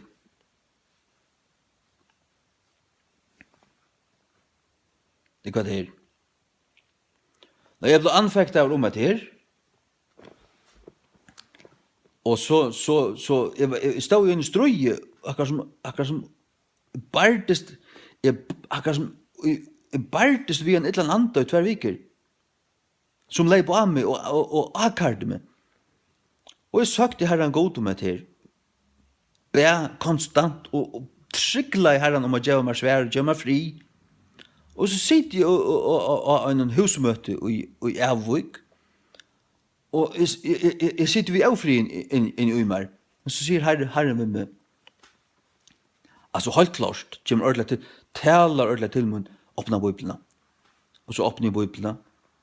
Jeg setter blunda i, men så sitter jeg at en Bibel fyrer opp, og så lyser, så sitter det akkurat fyrir meg, at en spalta lyser, akkurat over helten, så leser jeg til versen til jeg åpner, og det var det som leser vi der i andre tja, Nehemia 13, her som han i heilaven alvara og vannlete forbanna og røytti og slautar som hadde synte med herran og lagt falt for kjerstan ved til frafall, borste fra herran. Så fotler av vannlete var han. Og han en av profeten i det gamla testamentet. Han en av solen, en av stolpen. Ein grunnlegger av muren Jerusalems og en falske kunne komme hjem etter.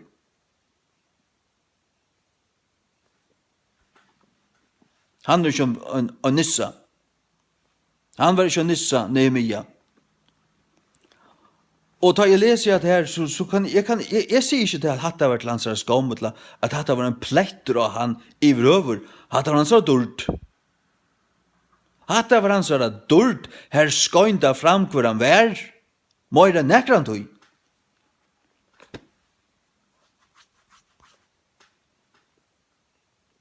Og til som sier at jeg ikke skjurer hans løda mun, han kan ikke tåse at han sier helvetes tudjoferer. Ja, hvis det er noen kavhøytner hundar som bannas sjálve, så halder det til at det bannest. Hvorfor tar jeg sier at jeg kallar ting helvetes. Tar jeg kallar ting helvetes, at det er en helvetes svigaprofeter, så skal du forstanda det bokstavliga. At det er en helvetes svigaprofeter. Helvete i øyren, han er kommet opp i helvete, han er fotler av helvete, han tjener helvete, og venter han ikke om så fer han i helvete. Så skal du forstanda det. Først som mørla minne. Det kan du gjøre vi hva du vil. Læg ikke hva du helter. Læg ikke pekk hva du helter. Du kan halde alle dine meninger for sjølvan. Læg ikke at du har et ord fra der. Ikke et ord.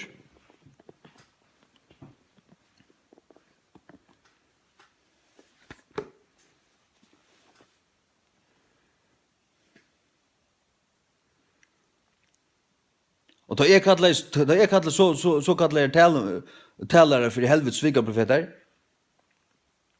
så er det ikke noe som er akkurat nå, akkurat nå har vi avgjørst, nå har vi vidt at det er 8 år.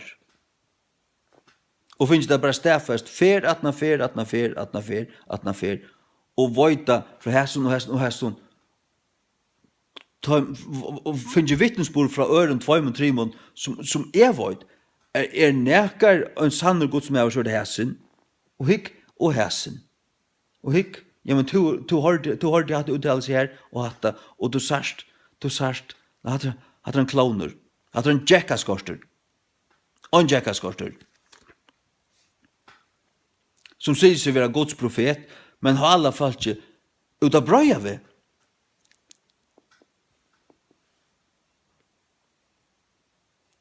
Men at det er læreren til baptisten og grunnleggende, at fylgjer du sånn her, at du ikke kan missa det, så kan alt skje det samme. Misser du så til den første kærløyga, hev du så ikke Guds nærvær nær til, du misser kanskje Guds øttan som du øyne for heia, byrja vi, så blir alt trivielt og lykka gilt ut. Så flyter alt sammen. så ryser den gamla naturen upp, men så har du lært alt det her, du det av rutine, du vet hvordan du skal oppføre det, og hvordan du skal hitja, og hvordan du skal tåsa, og leta de ui, og oppføre. Ta blir det klonaskaper. Det klonaskaper. Det er falska utøy. Det er det sier seg geng i andan, men tar likva, og tar geng i falseme. Ta vi det sindra av hæson og sindra av hæson. Blanda alt saman i en ellebida. Det gonger ikke. Det blir ikke mål. Det blir ikke mål. Så jeg sier, vet du om fylkje ikke, Jekvanne Fryriksin, eller Jekvanne Sakariasen, ut av brøya ved, til undergangs. Undergang hver til, det er vårt du, til helvete. Fylkje dem ikke.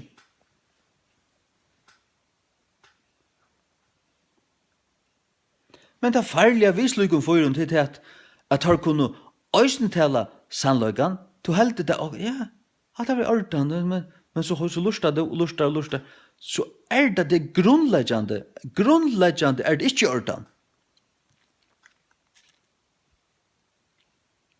Og det som jeg sier, Janne, det kan være lykkes som jeg kvettar utelete å sia, som kvettar sia.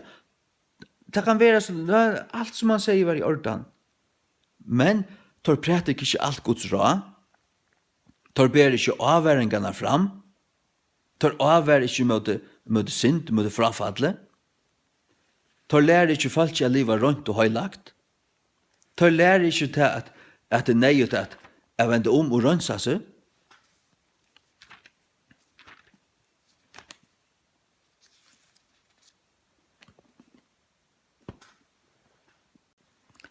Matteus 9:13. But go ye and learn what that meaneth. I will have mercy and not sacrifice.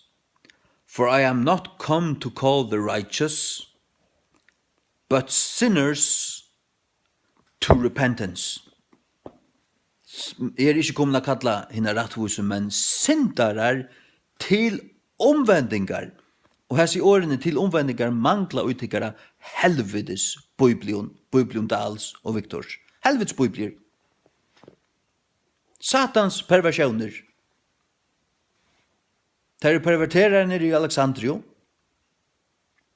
Textus Receptus, Biblenar, Biblia Luthers, Biblia Kong Christiansen satta fra 1632, og King James 611 sier atlar, men syndarar til omvendingar. Men den såkallade glädjebåskapen tar pratik i det, jag kan säga sen allt annat bras, falsk helvetes svika profetan jag kunde ta sig bara till att kom bara fylk Jesus. Du vet, kom bara möte. Han älskar dig som du ärst. Ta geran som så, jo ta ger alltså God älskar dig så när han gav sin son och tog jag gå att krossa. Men sannløgjen er han at først du gledebåskapen pratikan fyrir der, og god kallar det, og du vrekar Jesus Krist og Golgata krosset, så vrekar du Guds nøye, du vrekar Guds kærløyga, til her og i himmel gjør møtast, til Golgata. Vräka du Jesus Kristus blåande i dodjande för det Golgata krosset, så det inte Guds baden. Och Guds röje vill verande i där. Bibeln kallar det ett vröjenar baden, och ett avlutensins baden, children of disobedience, a child of wrath, ständer King James, och ett vröjenar baden. Kallar Bibeln det så.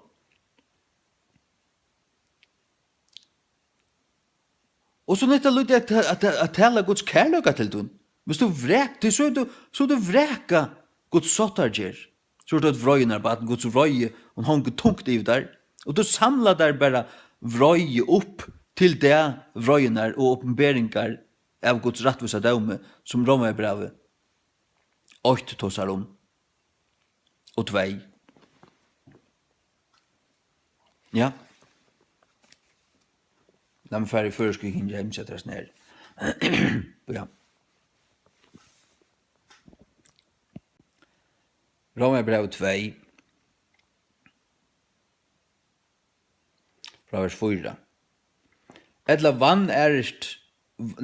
vann virist to rykdommanar av hans gosku og iverbærne og lenkmøve, og vitandi at Guds goska løyer til omvendingar, men etter tunnen herløyka og av omvendelige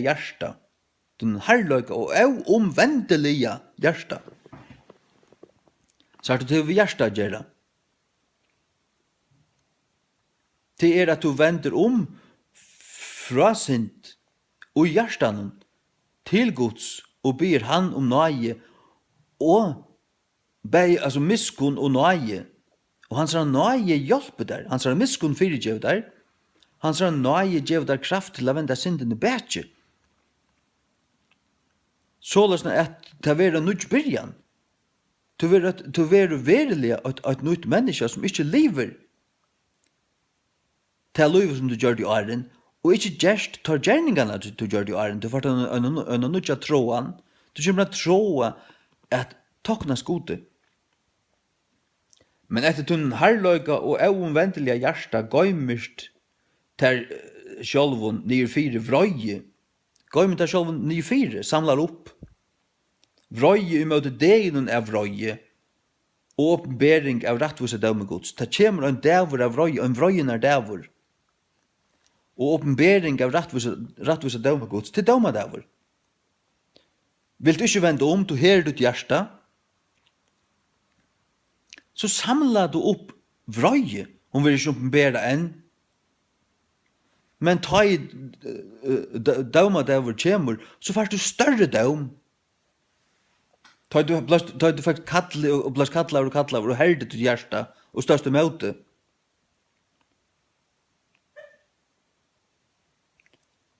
Som vi rinta til kvann mann samsvarande vi gjerer hans, Guds rattvise dømer altså. Til torra som vi tolma og i en avhalne og i velgjering søknast etter dord og høyre og av deilig løyga av et liv. Men telefonen ble fotl og måtte tømme av her på en. Men nekka som skulle lese Johanne til Rom 6. Nudjan. Etter fra 8. Rom 6 og 8. Verande ta gjør det fruer fra synd, gjør det tid tænarene tja rattvise. Vi er tænare rattvise nær nu, vi er fruer fra synd, tænar ikke langt synd. Jeg taler etter hottarleie manna vegna, og til og rundt vero. Det er ikke bare noe som du sier, det skal være så. Jeg taler etter hottarleie manna vegna voikløyga kjøtstikkara.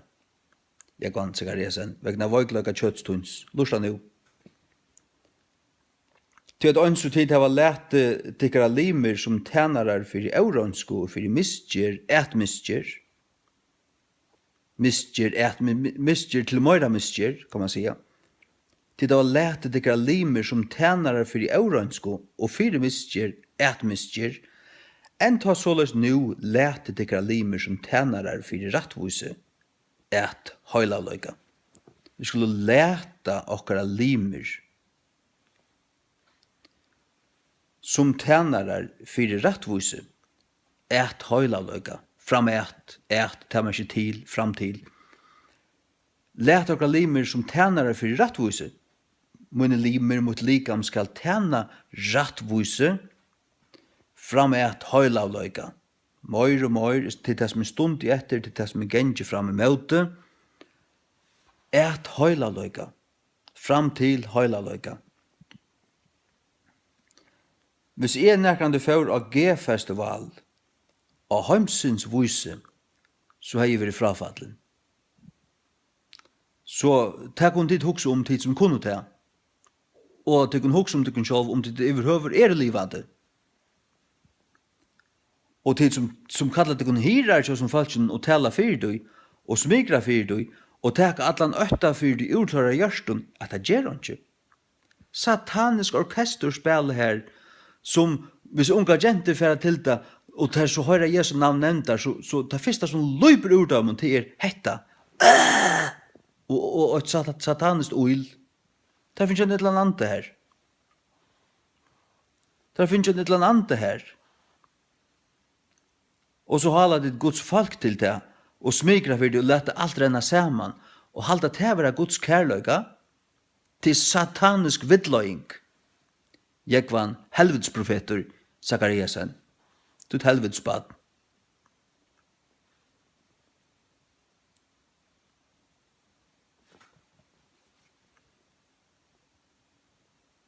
Du frelst du gong til hans ramøyn i øyd, slepp deg til hus.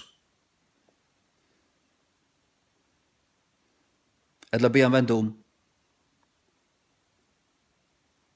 Det måste du ikke si. Jo, det må jeg si. Det akkurat kvært jeg må si. Guds kærløgje, Guds strengløgje, Guds høylaløgje, drøyver mittel tess. Og det kjenner det slett ikke. De som sitter under hans boan. De vet ikke hva det for noe. Hvis du ikke først og i veksande grad og en viring fire gode, hans høylaløyga, og et mer alvarsamt forhold til synd som høyld, og uten noen daglige løyve, alvarsamt forhold til synd, så vil du vittløyter. Så halvdig du skal forhidje etter hver det som løyde, og hver det som taler for der. Han aller helst en opperhelvete drien svigaprofeter, og hatt vil ikke avverska til vi tid som lustet mer. Hvis det åpenbart noe til lustet mer.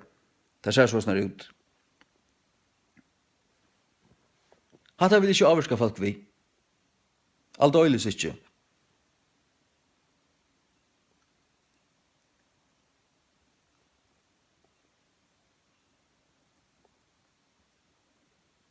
Årtøkene. 4:18. Men lei hinna rattvisu ans og hitt skuinande ljøse, som skuinur meira og meira, hinnon fullkomna degi. Lei hinna rattvisu, du rattvisur? Vi løser det her i Romerbrevn 6, vi skulle vøyte eller djeva okkara limur, okkara likam, som tænarar fyrir rattvise, høylaløyga. Yield your members as servants of righteousness unto holiness. Vi tar lyser oss i kvöld at vi skulle fullkomna, perfect holiness of spirit and of flesh. Vi skulle være høyla, vi skulle halka okkur herran og öllun stiun. Andan fyrst, men øysene, okkara hoa og kjensleliv, okkara salarliv, alt det som i middelen. Ja, hva salen?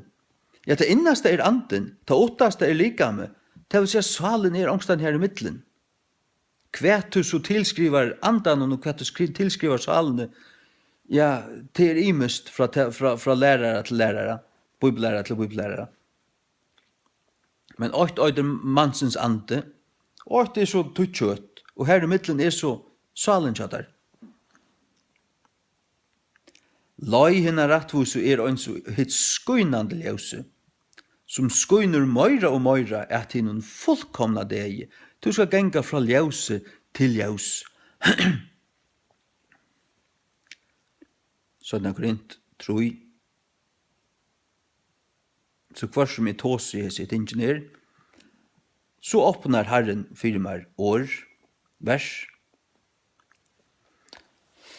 Sånn Korint 3:18, eller fra 16. Herren tann anden, og her som andi Herrens her frelse. Og at de røntja så nøyde talere til at, ja, frelse, ikke fordøming, det frelse til å leva frutt, leva som om du levde av brøya vei. I behøver ikke. Frelse og i andan, frelse fra fordøming, frelse fra å være bunden og en træler til Satan som listrar hans ordrar. Nei, du fralsur, og i Guds fralse, og i fralse han har vunnet fralse fra å være syndatræler, fralse fra å være under fordøming av din synd, når du varst til rattvistgjørdan, du varst til frujan, du varst til ikke fordøming, fyrir til at du er til Kristi Jesus, men du måst genge etter andan, ikke etter kjøtten. Gang du etter kjøtten, så såa du til kjøtt, og du såar deia. Gang du etter andan, så såa du fri og liv, evigt liv. La meg lese det atter. Nå Herren tan anden, og her som andi Herrens her i fralse, så det grinn tro i 16:18. Men vid atler, vi åpner anlite, skåande som ui øynon glære dørd Herrens, være ombrøyter, ui hinna som mynd fra dørd til dørd, enn ta som av anda Herrens. Ja. Vi skåa som ui glære, ta glære til Guds år. Skåa dørd Herrens til som en speil, vi suttja Guds dørd, tjøkken Guds år, vi være ombrøyt og hinna sommermynd, som vi hitja etter, fra dørd til dørd, så vi lujtjast mer og mer Jesus. Og her sier Paulus, veri etterfylgjare av meg, lujka som eller ans og etterfylgjare av Kristus. Det han kjente Kristus, han fyllde Kristus, tenk om du hitja hvordan han levde, hvordan han vandret, hvordan han levde, hvordan han ferreist, og gjøre som han, veri etterfylgjare av honom. Ja. Paulus hei 120% sikkert ikke løtt til tryggvande av konsert til Sodomitton og sagt at det var ordene affære av festivalene, satans festivaler. Og det var, når han kunne morgen så funnet på affære sjølvor. Det har Paulus ikke sagt. Han er avværet med det, det er Peter Øysene, og hadde det affære, så var det bare øyna okka løyna for å vinna saler, og ikke anna.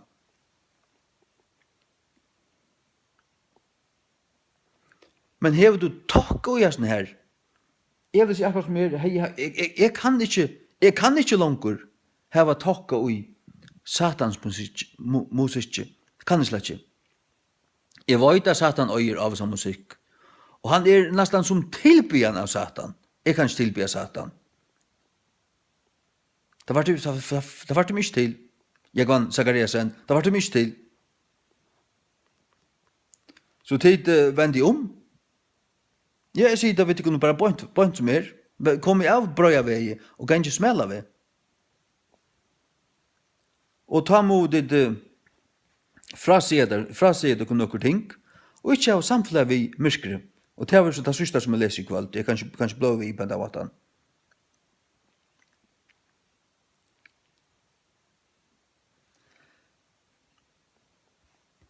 Så er det 6.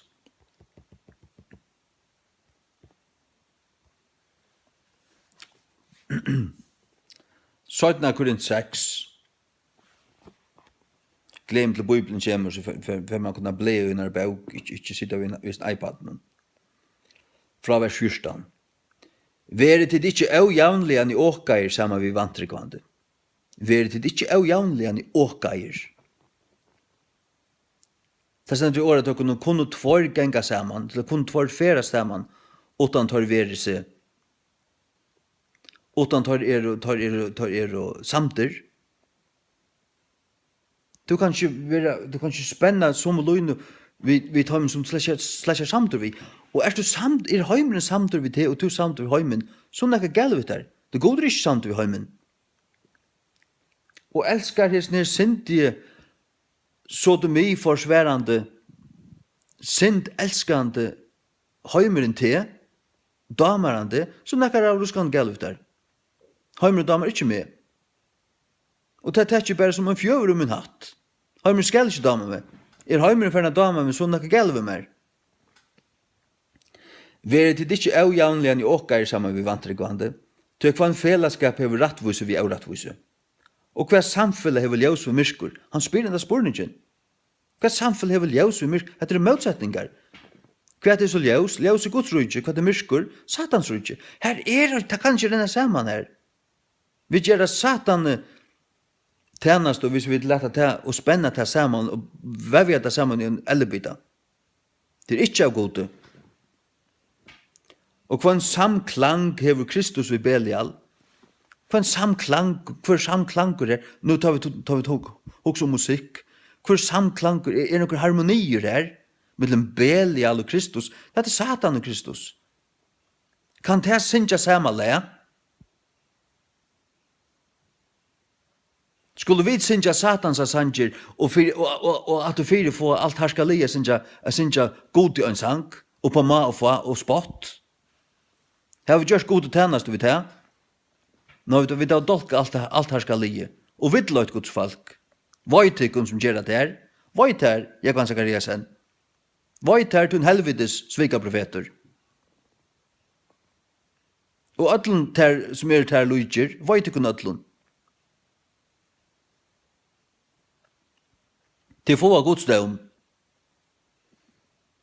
Og jeg lurte ikke etter det, ikke et år av lintene. Har jeg kvann seg sånn lintene? Jeg slett ikke. Vi har et år, han vil ikke et år å si meg. Det kommer ikke svika profeter å si meg 8 år. Jeg har sagt hva han har lært i Amerika 20 år.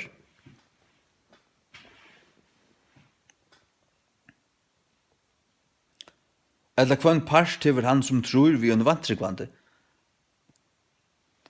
Man kan som så hittast och vara folkaligur och i samfunnet och i arbeid och annat men det är alltså vad tro ja men tro är lov till och öra präg och det är så vi det då. Vi drar Guds bad. Det är ju bara pastorhus, det är ju bara att frutiga och utriv som du har. Lukka som du spelar skakk eller et eller annet. Men det hvor du erst. Og det skal trådja seg jøkken alt ut liv.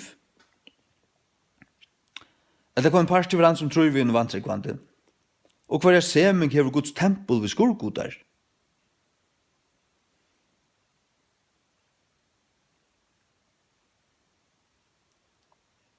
Hver en samklang hever lovsanger til Guds vi lovsang til Satan.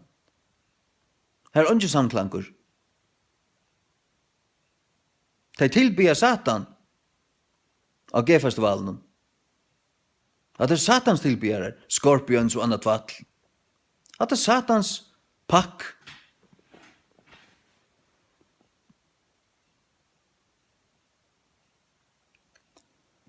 Til tid er det tempelens levande gods, og en så god har sagt, jeg vil bygge ut heimen og genge ut heimen, og jeg vil være godtørre, og det skulle være falkmot. Hvers vegna kom I ut fra I middelen tørre. Come ye out from among them. Come out from among them. Skilje dykun bort ut heimen. Her ikke vet her gjerra. Og være tid etskilt and be ye separate, sier Herren, og nem ikke vi hin aurøyna lot. Og jeg vil takke imot til kun. Og jeg vil være til kun feir, og til skulle være sinner, moiner og døtter, sier Herren allmåttue. Det er ikke interessant å leve goden her, og være hans herre, og leve for han 100% fullt og holdt. Det er ikke interessant liv. Det er det sanne livet. Og det er rukt. Det er rukt. Da man lever virkelig for han, så gjever han der sanna glede, sanna fri, satt liv. Det har jeg finnet. Det har vi finnet. Jeg husker om det nå en dag, jeg husker om disse sørste årene, så er 2011, og så er det ordentlig begynner å koste mer, og konan for fra meg, og alt det her. Hvordan den tøyene vil, hun vil sere streven, sere tung, jeg har haft nekve med meg, nekva trångt, nekva lojing. Men så er det noen hendinger som ordentlig stinga seg på sjur. Kan nevne øynene, jeg har fortalt det før. At det var dagen etter jeg skrev under Skilnavar-brevet som har kommet av mine hår for 3 fer. Jeg slapp ikke undan det.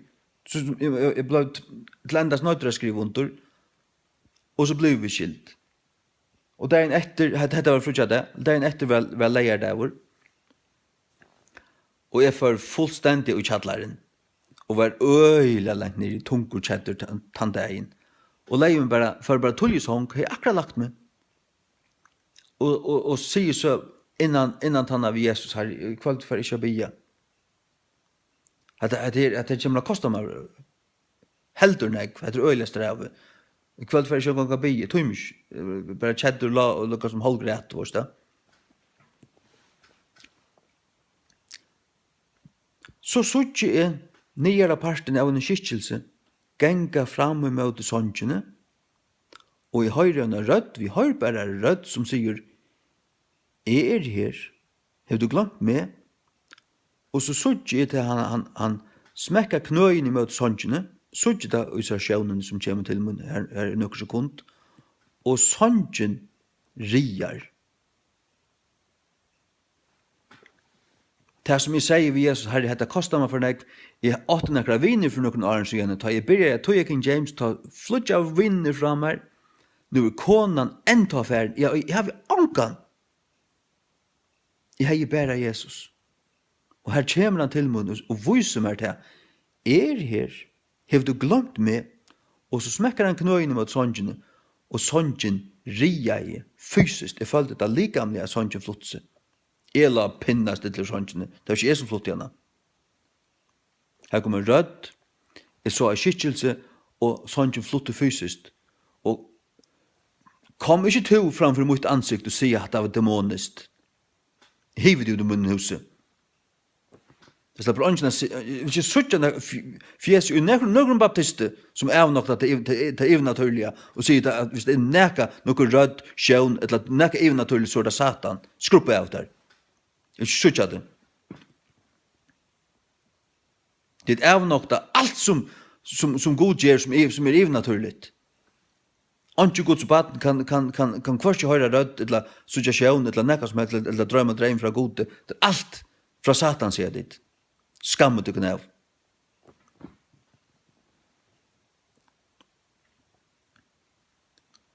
Hvis det er så gærlig at du ikke kan bia til Jesus, han Jesus som frelste det, som møtte der, som tok denne synd, som endrefødde det, som du møtte, som du vorst, er du en frelsare. Hvis du ikke kan bia til hans herre, og hava samfunnet vi han, og vite at han høyre det, og vanta til at han omgår de tala til den, og hjelpe der, og vis, du sørst hans herre finger uten løyve, akkur som han gjør det, akkur under her der, et eller annet, uten løyve. Hvis du ikke kan vanta til iverhøver, hvis du lærer til alt iversteg, så gau not vi tykkun. Jeg vil ikke høyre et år som det var å si. Jeg vil ikke lære fra tykkun. Jeg var iverhøver. Du kunne øye alt tykkere.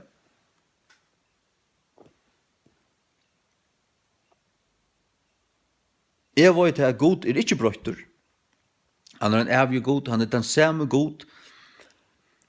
Jakob sier det, Jakob 5,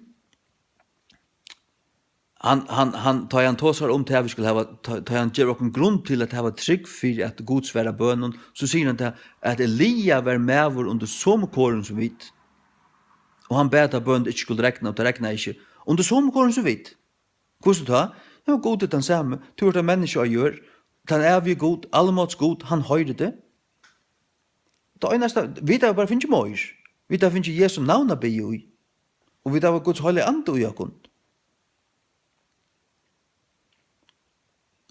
Vi da var alla grunn til å få større bønnersvær enn Elia fikk. Ta det, ikke rekna i 3,5 år. Og han ber etter at han skulle rekna, og det rekna i. Så er det slags høyre nekka oss nær. Skal ikke om at det er. Amen. Så at jeg legger ikke ui hva det sier. Og en såkalt av hyre, pastorer og prætikumæver. Og han sa kvætande ord, og han sa kvætande last, jeg legger ikke ui. Hvordan raffinerer og mjukur og veldomter han er. Og han sa kvør og i førjen blastemplar han til meg lyka fort. Gjer han førja folk fortraulet vid sodomi og satans tånløyk og satans tilbyan av sataniskun rockfestivalen ger han folk i alt, og til kristne får traulig vid det, så åpnar han slusen så åpnar han porstret tannvegen, og løye folk til tannvegen. Han sier til at han gonger sjolver her, han kunde ferie her, han fer her, og viser at han fer her. Og han sluker, eller ikke åndsju hva han øyder, han en upp ur helvete drien, svika profeter og et tvøyfalt satansbaden. Og han så hva han øyder, og han så hva familie han av. Det var luika fort. Og det måste du sudja, du at feisa, og sudja egene. Og det ikke vi utspilling å gjøre, det ikke vi hæter å gjøre. Det kommer ikke sætten vi en gang. Det er vi kærløyga å gjøre, kærløyga til Guds, kærløyga til Heilig Andan, kærløyga til Guds folk, kærløyga til sannløygan. Jeg verger han, og løya folk rattan ved til smelvever. Smelvever.